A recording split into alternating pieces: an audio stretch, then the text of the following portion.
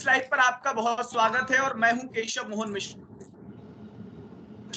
उत्तर प्रदेश से जुड़ी हुई चौकस बात पर हम लगातार चर्चा कर रहे हैं और आप तक हर मुद्दा पहुंचाने की कोशिश कर रहे हैं। एक पैनल हम जुड़ते हैं जिसमें हम चर्चा करते हैं कि आखिर आगामी विधानसभा चुनाव में भारतीय जनता पार्टी भारी पड़ रही है या समाजवादी पार्टी भारी पड़ रही है। इस पर ही आज हमने सीतापुर से पैनल जोड़ा है। इसमें हमारे साथ जो मेहमान जुड़े हैं उनसे भी आपको मुखातिब करवाएंगे, लेकिन सबसे पहले आपको बता देते हैं कि 9 विधानसभा सीटें हैं सीतापुर में और उस पर जो है चुनावी जो रणनीति है वो तेज हो चुकी है और तमाम सियासी पार्टियां अपनी तैयारी भी करती हुई दिखाई दे रही है। इस वक्त हमारे साथ एक पैनल जुड़ा हुआ है, आपसे उनका परिचय करा देते हैं। हमारे साथ समाजवादी पार्टी से संतोष प्रजापति जुड़े हुए हैं, हमारे साथ भारतीय जनता पार्टी से सौरभ मिश्रा है और किसान नेता आनंद प्रताप सिंह हमारे साथ मौजूद हैं और पत्रकार शोभित शुक्ला हमारे साथ इस वक्त मौजूद हैं। हम चर्चा को शुरू करें उससे पहले आपको बता देते हैं कि सीतापुर के विषय में हम चर्चा कर रहे हैं और आखिर इस वक्त क्या सीतापुर की राजनीति में चल रहा है, सियासी माहौल सीतापुर का क्या है और 9 विधानसभा सीटों पर जिस तरीके से दावेदारी ठोकी है भारतीय जनता पार्टी की बात करें, समाजवादी पार्टी की बात करें, जो लगातार कोशिश की जा रही है, इस वक्त क्या कुछ चल रहा है हम जानेंगे और बातचीत भी करेंगे।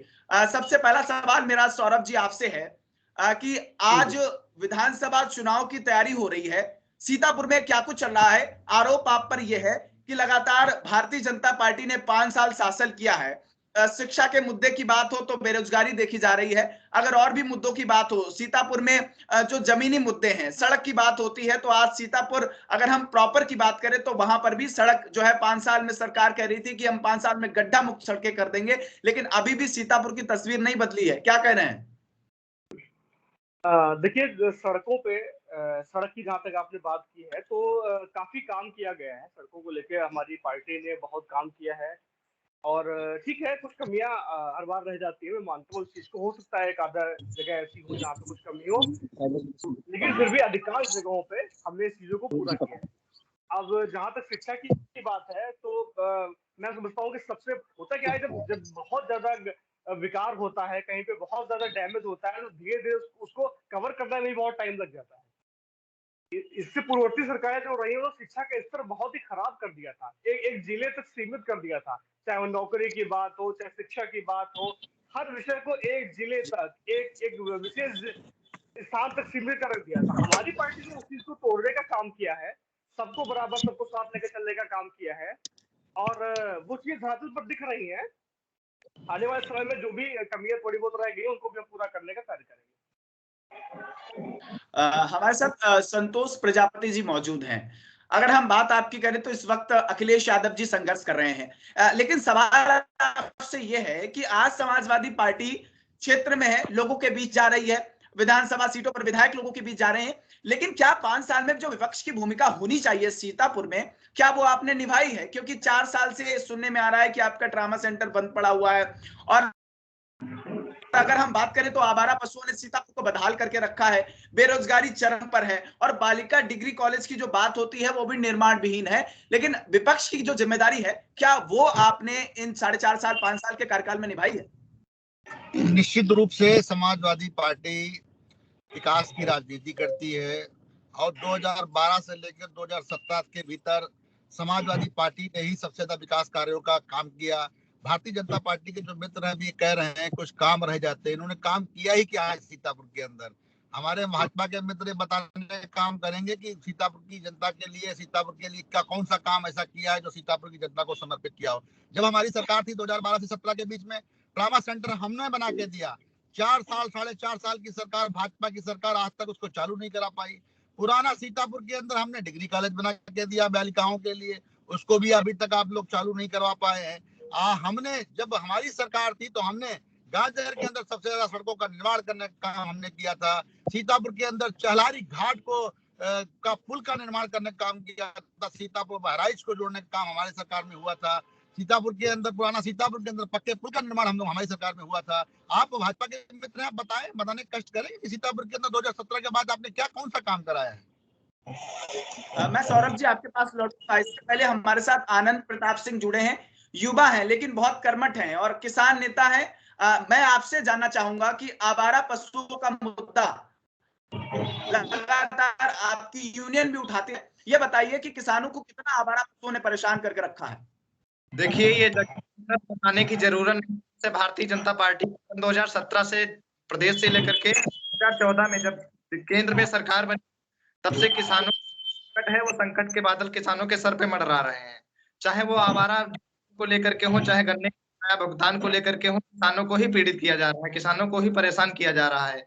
बीच में पराली का भी मुद्दा उठा था, पराली के तहत भारतीय जनता पार्टी ने किसानों का पूरा शोषण किया। और अगर आवारा गौवंशों की बात, तो भारतीय जनता पार्टी हमेशा से यह कहती हुई चली आ रही है कि हम गौवंशों को गौआश्रय स्थल में भिजवाएंगे, उनका प्रबंध करवाएंगे। 1 जनवरी से तक विशेष अभियान अभी मुख्य सचिव का मैं आनंद आपके पास जुड़ूंगा, थोड़ा आप अपना कैमरा भी सही कर लीजिए, आप फ्रेम में सही नहीं आ रहे, एक बार अपना कैमरा भी सही कर लीजिए, आपका सर कट रहा है। सौरभ जी, मैं आप तक पहुंचूंगा। आरोप आप पर ये लग रहे हैं कि भारतीय जनता पार्टी ने सीतापुर में आवारा पशुओं की बात हो, उनको जिस तरीके से भाजपा ने कहा कि हम गौवंश को कटवाएंगे नहीं लेकिन व्यवस्था कर देंगे, गौशालाएं सीतापुर की बदहाल हैं, क्या कह रहे हैं कि आखिर 5 साल के कार्यकाल में पशुओं की बात होती है, गायों की बात होती है, उनको संरक्षण करने की बात होती है, कितना काम किया गया है? सबसे पहले मैं अपने समाजवादी पार्टी के साथी जो जुड़े हुए हैं हमारे साथ, मैं उनसे एक बात प्रश्न करना चाहूंगा, तो मुझे बताने का जरा कष्ट करें कि जनपद सीतापुर में जो अब तक का सबसे बड़ा घोटाला हुआ था, सबसे बड़ा खाद्यान्न घोटाला हुआ था, वो किस पार्टी के नेता ने किया था? क्या उस समाजवादी पार्टी के नेता ने नहीं किया था? आप लोग किस मुंह से, किस विचारधारा से, आप विकास की बात करिए, आप विकास की बात करिए, आप बताइए, आप हमें बताइए 2017 के बाद आपने कौन सा काम किया, ये बताइए। ये चैनल को बताने का काम करिए, देश को बताने का काम करिए। मेरा सवाल उत्तर प्रदेश के अंदर कौन सा मेरा सवाल ये है कि आप बताइए, आप 2017 के बाद आपने कौन सा काम कराया, बताए। बता रहा हूँ, मैं बता रहा हूँ, एक करके कौन सा काम कराया आपने? सिर्फ उद्घाटन करने का काम किया है। देखिए संतोष जी, एक करके मैं हर विषय पे आ रहा हूँ। सबसे पहली बात ये थी कि सीतापुर जनपद का आज सबसे बड़ा घोटाला इतिहास का आज तक किसी पार्टी के नेता ने किया है, तो समाजवादी पार्टी के नेता ने किया, नंबर 1। दूसरी बात, जरा मुझे बताने का कष्ट करिए कि आज तक सबसे अधिक शौचालय किसने प्रदान किए, किस सरकार ने प्रदान किए? सबसे अधिक आवास किस सरकार ने प्रदान किए? मुझे बता। गरीबों के घरों में रसोई चूल्हा पहुंचाने का कार्य किस सरकार ने? मेरे सवाल का जवाब आपने नहीं दिया। मैं आ रहा हूँ, ये बताइए जरा मुझे, इतिहास में शायद पहली बार 2 बार राशन देने का काम किया गया गरीब जनता को, किस सरकार ने किया? राशन इसलिए राशन भारतीय जनता पार्टी इसलिए दे रही है। मैं ये बता रहा हूँ, भारतीय जनता आप पार्टी कह रहे हैं कि अभी भाजपा ने, संतोष जी मैं आपके पास आऊंगा, भाजपा ने एक लाभार्थी शब्द निकाला है। लाभार्थी का मतलब है जिनको भारतीय जनता पार्टी के कार्यकाल में लाभ मिला है। लाभ की बात अगर कही जाए तो लगभग करोड़ों में संख्या है, 4 करोड़ से ऊपर की जो संख्या है जिनको भारतीय जनता पार्टी के कार्यकाल में लाभ मिला है। अगर ये तमाम लाभार्थी आपको सपोर्ट कर दे तो भाजपा सरकार बना लेगी, लेकिन क्या आप ये बताइए, ये जो लाभार्थी हैं, क्या ये जो आंकड़ा आपने दिया है, क्या ये आंकड़ा सही है? सीतापुर के कितने लोगों तक ये लाभ पहुंचा है? ये सवाल आपसे भी है। मैंने सड़कों की आपसे बात कही तो आपने कहा कि नहीं हो पाया। चीनी मिल की बात होती है, सीतापुर में मिल है वो भी बंद पड़ी रही, आखिर क्यों विकास के कारण नहीं हो पा रहे हैं? मैंने ये नहीं कहा कि नहीं हो। भारतीय जनता पार्टी सिर्फ जुमलों की पार्टी, ये किसी भी काम के ऊपर कोई विश्वास का नहीं है।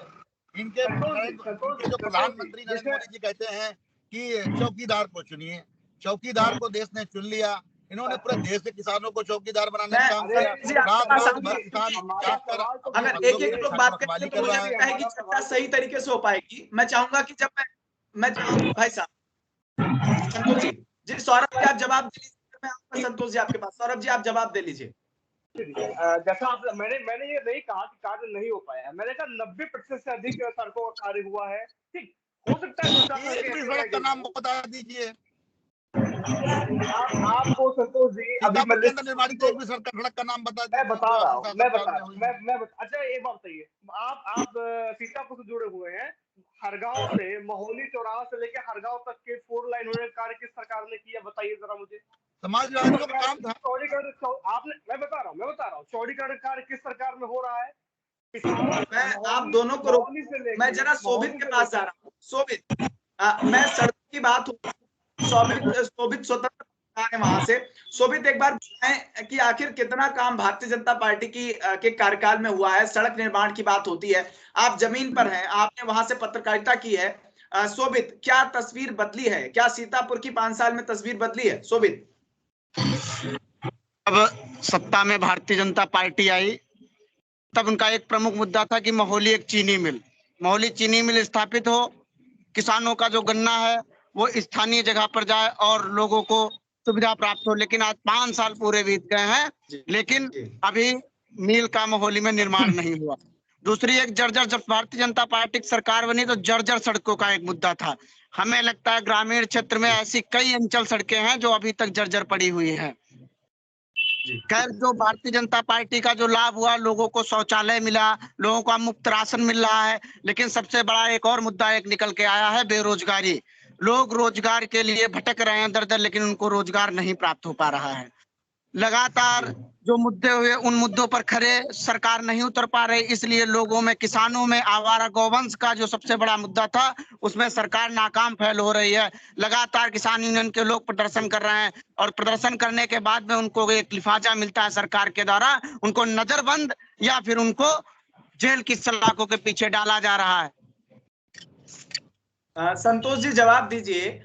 समाजवादी पार्टी इस वक्त सत्ता में नहीं है, विपक्ष में है, लेकिन अगर हम बात करें तो अखिलेश जी जो है वो लगातार यही कोशिश कर रहे हैं कि इस बार जो है सत्ता हथियार लें। लेकिन ये बताइए कि सीतापुर में इस बार जो आप चुनाव लड़ रहे हैं, आखिर किन मुद्दों पर चुनाव लड़ रहे हैं? इस बार चुनाव के मुद्दे क्या हैं? क्योंकि अगर हम बात करें तो आप पर यह आरोप लगता है और भारतीय जनता पार्टी ये कहती है कि अगर भाजपा सत्ता में नहीं होगी तो जो हमने कानून व्यवस्था मेंटेन कर रखी है वो जब समाजवादी पार्टी की लाल टोपी आएगी वो डिसबैलेंस हो जाएगी। ये आरोप हम नहीं लगा रहे, आरोप भारतीय जनता पार्टी लगा रही है। आप अभी पूर्ववर्ती जो चुनाव हुआ, ब्लॉक प्रमुखी का चुनाव हुआ सीतापुर के अंदर, जिला पंचायत अध्यक्ष का चुनाव जो हुआ, जिला पंचायती का जो चुनाव भी हुआ है, ब्लॉक प्रमुखी का जो चुनाव सीतापुर के अंदर भी हुआ है, कमलापुर के अंदर बम धमाके हुए, लखीमपुर के अंदर महिलाओं की साड़ी खींचने वाले कौन थे? भाजपा के लोग थे। आप लॉ एंड ऑर्डर की बात करते हैं, आप किस आधार पर लॉ एंड ऑर्डर की बात करते हैं? उन्नाव के अंदर रात को एक दलित बेटी को पेट्रोल डाल के जला दिया जाता है, आप कौन से लॉ एंड ऑर्डर की बात करते हैं? गोरखपुर के अंदर मनीष गुप्ता की हत्या कर दी जाती है, आप किस लॉ एंड ऑर्डर की बात करते हैं? हमारे माननीय राष्ट्रीय अध्यक्ष अखिलेश यादव जी बार बार कहते हैं कि भाई आप अगर लॉ एंड ऑर्डर की बात करते हैं, आप माफिया राज को खत्म करने की बात करते हैं, तो आप उत्तर प्रदेश के अंदर सबसे टॉप 10 माफियाओं की लिस्ट क्यों नहीं जारी करते? आप लिस्ट जारी करिए।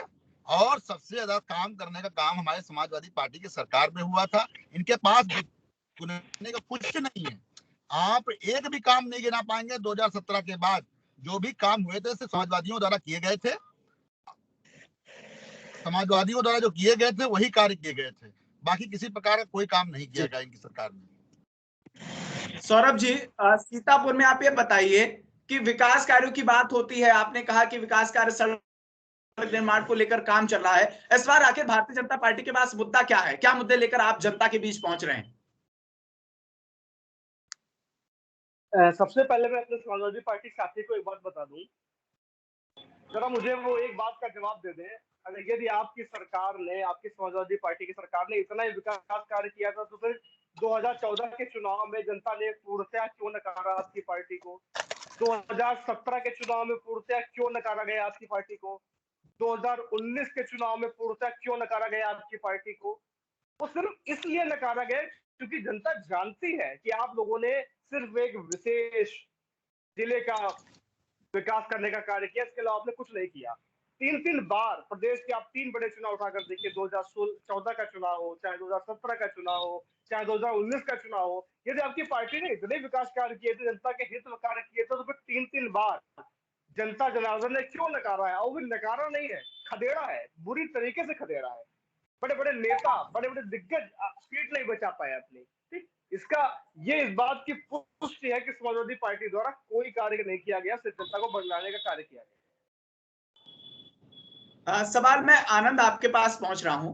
आपने आवारा पशुओं की बात कही, किसानों के तमाम ऐसे मुद्दे रहे हैं और मुझे ये लगता है कि आनंद के जो अगर हम बात करें तो शोभित के माध्यम से जो जानकारी मिली है तो ये तमाम ऐसे लोग हैं, सौरभ जी, आनंद जैसे तमाम किसान नेता जो है जमीन पर काम कर रहे हैं। भारतीय जनता पार्टी में क्या किसानों को सहूलियत मिली है? कितना भारतीय जनता पार्टी जब से फिर हूँ कि अभी जब कोरोना काल पूरे इस हिंदुस्तान पे ही नहीं बल्कि पूरा विश्व के सर पे संकट के जब कोरोना आया था, उस कोरोना काल में हमारे देश के विभिन्न लोग हमारे प्रदेश छत्तीसगढ़ देशों में पड़े थे जो अपनी दो पल की रोटी के लिए मजदूरी कर रहे थे।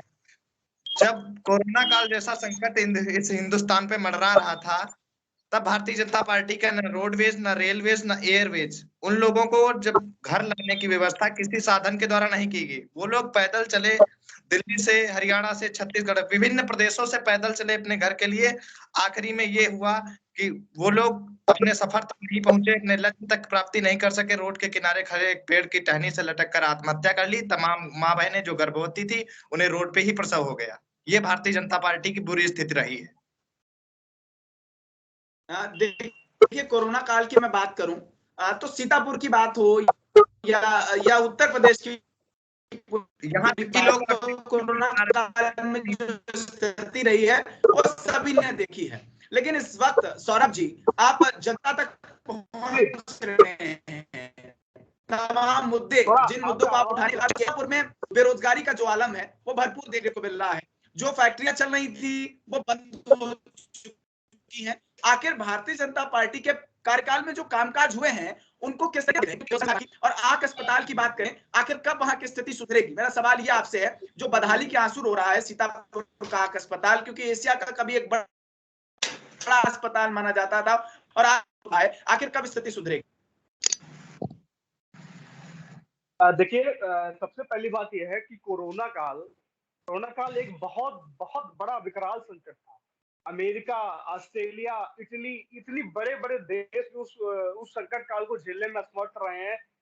पूरे देश ध्वस्त हो गए हैं। बहुत बड़ा असर पड़ा है। तो आप वो एक ऐसा दौर था हमारी सरकार में 5 वर्षों में लगभग 2 वर्ष उस कोरोना काल को हम लोगों ने से जूझने में निकल गया।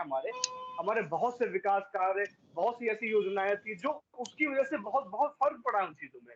उसी दौर में की सरकार के द्वारा विदेश में बड़े पूंजीपतियों के बड़े बेटों को हेलीकॉप्टर से मंगवाया जा रहा था, उसी दौर में, उसी बुरे वक्त में। नहीं, ऐसा नहीं। ये बताइए कि कोटा, मैं बताता हूँ, हमारे बहुत से साथी हैं, साथ में जुड़े होंगे, सुन रहे होंगे।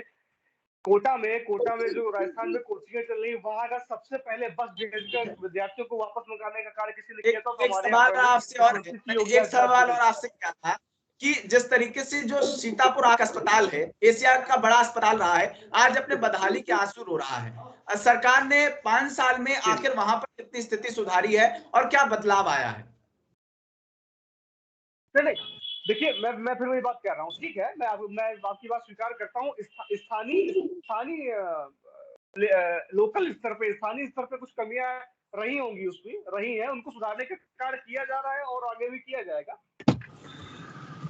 आपका आवाज थोड़ा वो हो रहा है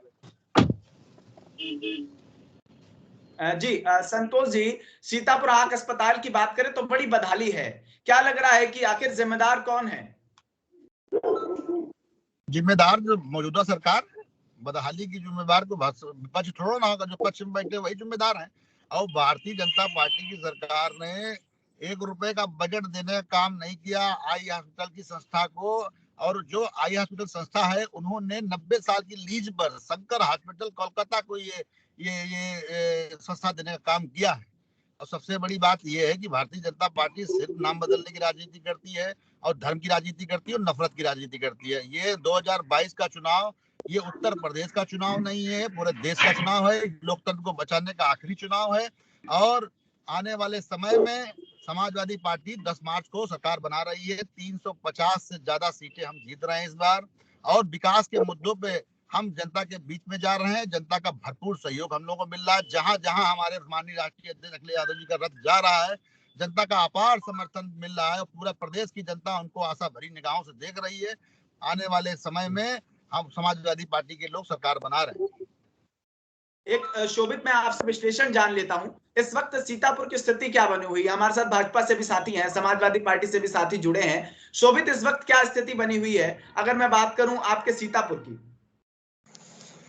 सीतापुर में जो 5 साल में सीतापुर के जो लोगों ने, जनप्रतिनिधियों ने जो वादा किया था, हमें लगता है कोई भी वादे पर खरे जनप्रतिनिधि नहीं उतरे हैं। लगातार किसान बदहाल है, बेरोजगारी है, लगातार जो मुद्दे हैं, स्थानीय मुद्दे हैं, उन पर सरकार व जनप्रतिनिधि खरे सीतापुर के। सबसे बड़ी बात तो मोहाली की हमने बात कही थी, दूसरा आंख अस्पताल की बात कही, तीसरी जर्जर सड़क की बात कही, बेरोजगारी की बात कही। लगातार जनपद सीतापुर में लगातार जनप्रतिनिधियों के जो द्वारा जो वादे किए गए थे, उसमें कोई भी लोग खरे उतरे नहीं है। लगातार सड़क की अगर बात, कितनी सीटें इस बार भारतीय जनता पार्टी के पास पहुंचेंगी? आप सौरभ जी जुड़े हैं, सौरभ जी, कितनी सीटों पर भारतीय जनता पार्टी दोबारा पुनरावृत्ति करेगी, क्या अनुमान है आपका? ठीक 2014, 2017, 2019 की तरह ही 2022 में भी भारतीय जनता पार्टी 350 प्लस सीटों पर जीतकर प्रचंड बहुमत से सरकार बनने जा रही है। और यदि मैं सीतापुर सीट की बात करूं तो मैं बताता चलूं आपको, तथ्यात्मक बात बोल रहा हूं मैं यहाँ पर। 2012 में जब समाजवादी पार्टी की लहर थी तब वहां के प्रत्याशी मात्र 9,000 कुछ वोटों से जीते थे। 2017 के चुनाव में वहां के प्रत्याशी लगभग 24,000 कुछ वोटों से हारे हैं, यानी लगभग 25,000 वोटों से।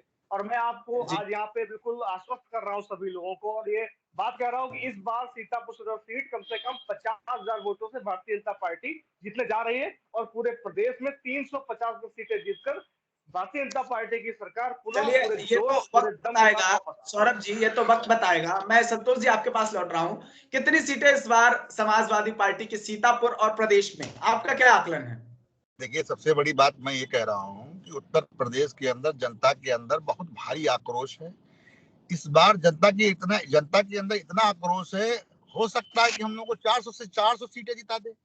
जनता इतना ज्यादा क्रोधित है। कई मुद्दे हैं, बेरोजगारी का मुद्दा है, किसानों के मुद्दे हैं। आप भारतीय जनता पार्टी मुद्दों की तो बात नहीं करती है। जहां मुद्दों की बात करोगे आप इधर उधर देखने शुरू कर देंगे।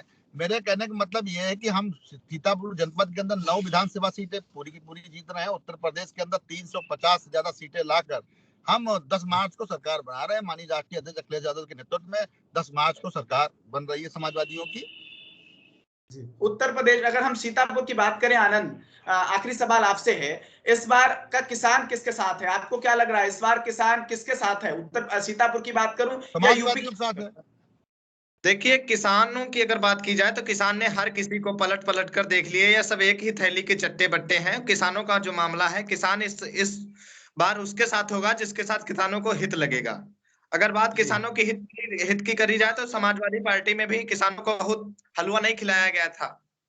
समाजवादी पार्टी सरकार में हमारे मित्र, मैं आपको बताना चाहता हूँ, हमारी सरकार में जब ट्यूबवेल कनेक्शन होता था तो मुफ्त कनेक्शन कराया जाता था, किसानों को फ्री बिजली की सुविधा दी जाती थी। अभी पूर्ववर्ती सरकार आपकी जो भारतीय जनता पार्टी की सरकार है, अभी चुनाव से 15 दिन पहले, 10 दिन पहले उन्होंने बिजली दरों को आधा करने का काम किया है, किसानों की बिजली को आधा करने का काम किया है। जब हमारी सरकार आएगी तो हम केसीसी के ऊपर किसी प्रकार का कोई इंटरेस्ट लेना काम नहीं करेंगे। आप सभी का बहुत धन्यवाद, जो तमाम पैनल हमारे साथ जुड़ा। अगर हम बात विश्लेषण की करें सीतापुर की, हमारे साथ सौरभ जी थे, संतोष जी थे, शोभित शुक्ला थे हमारे साथ, आनंद प्रताप हमारे साथ थे। लेकिन अगर हम बात सीतापुर की करें तो 5 साल का कार्यकाल भारतीय जनता पार्टी का रहा, लेकिन जो स्थिति वर्तमान में बनी हुई है, जहां समाजवादी पार्टी एक तरफ स्टैंड कर रही है, वहीं दूसरी तरफ भारतीय जनता पार्टी है, एक दूसरे पर आरोप प्रत्यारोप का सिलसिला लगातार जारी है। लेकिन जिस तरीके से जो वर्तमान में परिस्थिति बनी है, एक दूसरे पर सियासी पार्टियां आरोप प्रत्यारोप जरूर कर रही हैं, लेकिन जनता का क्या मूड है, आने वाले समय में, आने वाले चुनाव के बाद और आने वाली 10 तारीख को पता चल जाएगा कि आखिर कौन इस बार उत्तर प्रदेश में फिर से सिंहासन पर बैठेगा। योगी आदित्यनाथ बैठेंगे या फिर अखिलेश यादव एक बार फिर से वापसी करेंगे, ये जरूर पता चलेगा। लेकिन ये साफ जाहिर हो रहा है कि सरकार के द्वारा किए गए कार्यकालों पर, और भारतीय जनता पार्टी की बात करें तो जिस तरीके से 5 साल अपने कार्यकाल के बीच में जनता तक पहुंची है, आने वाले समय में क्या उन मुद्दों को लेकर जनता तक पहुंचेगी। और सियासी, जो हम सीतापुर की सियासी बातचीत कर रहे थे, उनमें यही हल निकलता हुआ दिखाई दे रहा है कि कहीं ना कहीं अब इस वक्त भारतीय जनता पार्टी के सामने भी चुनौतियां हैं और वही समाजवादी पार्टी को भी लंबा संघर्ष करना पड़ेगा। आप तमाम साथी जो हमारे साथ जुड़े, आप सबका बहुत बहुत धन्यवाद। लगातार नेशंस लाइव देश और दुनिया की तमाम अपडेट्स के लिए और उत्तर प्रदेश की हर सीट तक आपकी अपडेट पहुंचाएगा। आगे अगले एपिसोड में हम अगले जिले की चर्चा करेंगे और आप आप तक लगातार सकारात्मक विश्लेषण पहुंचाने की हम कोशिश करेंगे। बहुत बहुत धन्यवाद। धन्यवाद। सभी को बहुत बहुत